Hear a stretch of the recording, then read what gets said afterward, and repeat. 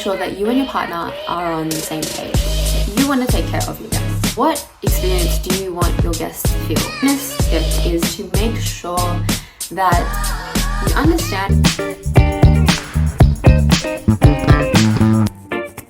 3 things that you need to know before you start planning your wedding. Why are you talking about this? Yes, I can see that you think I'm probably really young. I am definitely on the older side of my 20s. I got married last year in 2023. I got engaged and married in 3 months and we were able to pull this off. Let's get into it. Number 1 is making sure that you and your partner are on the same page. You have the same vision. This is going to help minimize the challenging conversations and the back and forth of expecting one thing but then getting something else, and then the disappointment that can come from it. So you want to make sure that both you and your partner are on the same page.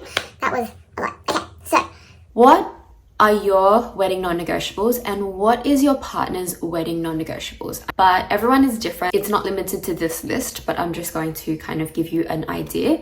Ceremony and reception. Do you want your ceremony and reception to be inside? Do you want it to be outside? Is there a particular thing that you want to do for your ceremony? Do you want it in a church? Do you want it in the beach? Do you want it where do you want it? The reception. Do you want the reception to be locally? Do you want it to be in the city or 2 hours away? Where and what do you want for your wedding? Another thing you can think about is DJ or live band.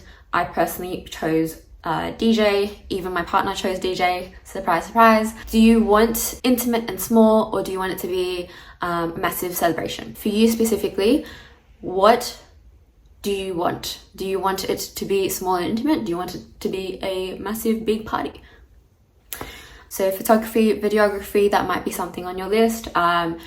You might want to have specific people there, might be for overseas, or maybe they're here and you want to go do it overseas. Then both you and your partner can then sit together and actually talk about this and what's on his list, what's on your list, and then you can bring it together. The second thing is, what experience do you want your guests to feel?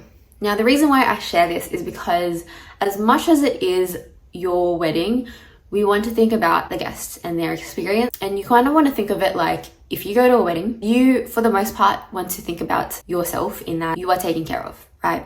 So you want to take care of your guests. What experience do you want your guests to feel? And when I say guests, I mean even for your partner and yourself, everyone, family, friends, everyone. What do you want to experience? Do you want it to be fun? Do you want it to be memorable? Do you want it to be romantic? Do you want it to be formal? What is the vibe? So I chose 3 particular words, and this way you can actually share these words with your vendors. And what are vendors? They're basically the services that you end up using. So for example, you might get a catering service, that's a vendor. You might get photography and videography, that's a vendor. The reason why I'm sharing this is because I remember planning my wedding and going, oh my gosh, what the heck is a vendor? I don't know what a vendor is. What is a vendor? I thought it was like a vending machine, but no, it's a vendor.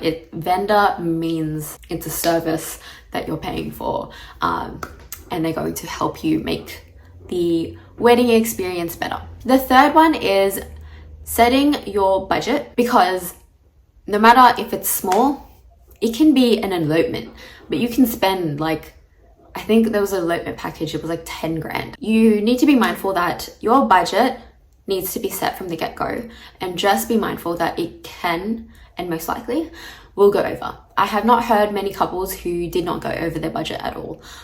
So if you and your partner can sit down and discuss that, then at least both of you are on the same page and you can go from there. Now, part of this tip is there is 3 big pillars that need to be sorted before you can even plan any of the small intricacies of the wedding. What are they? Number 1, it is the wedding ceremony and venue. You need this booked in advance, otherwise you've got nowhere to hold your wedding. Number 2 is making sure you have the person that is going to officiate the wedding, or the marriage, I should say. So whether it's your pastor, priest, or celebrant, this person is booked and ready to go. Otherwise, you do not have a legal wedding if you don't have this person there. The last one is photography and videography. And the reason why I share this is because you can look around and then figure out what style you want. One little tip that I have is making sure that you choose someone who fits in the style that you actually want. Rather than going with someone and then telling them that it needs to be completely different to what their style of photography and videography is, because you're going to be keeping these photos and videos forever.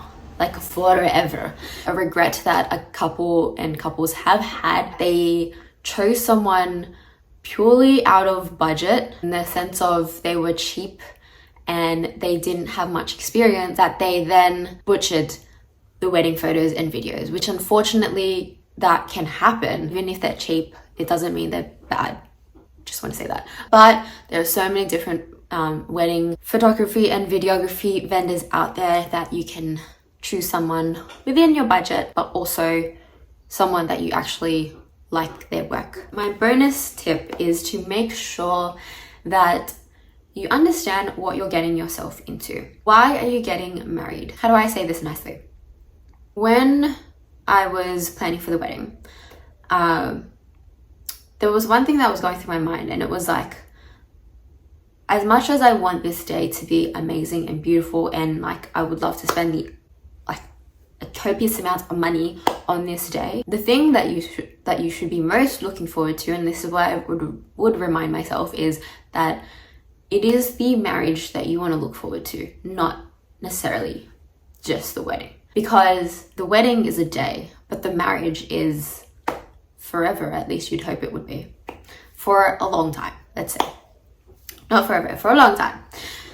For the rest of your life, basically. So we want to make sure that we are preparing ourselves, not just for the wedding, but we're preparing ourselves for marriage. This is a completely separate video that I'll have to do, but I will end it there. Thank you for watching this video. If you found that helpful, continue to watch my wedding planning series. Like this video if you enjoyed it, and make sure that you subscribe to the channel and turn that notification bell on so that you get notified of any new videos that I make.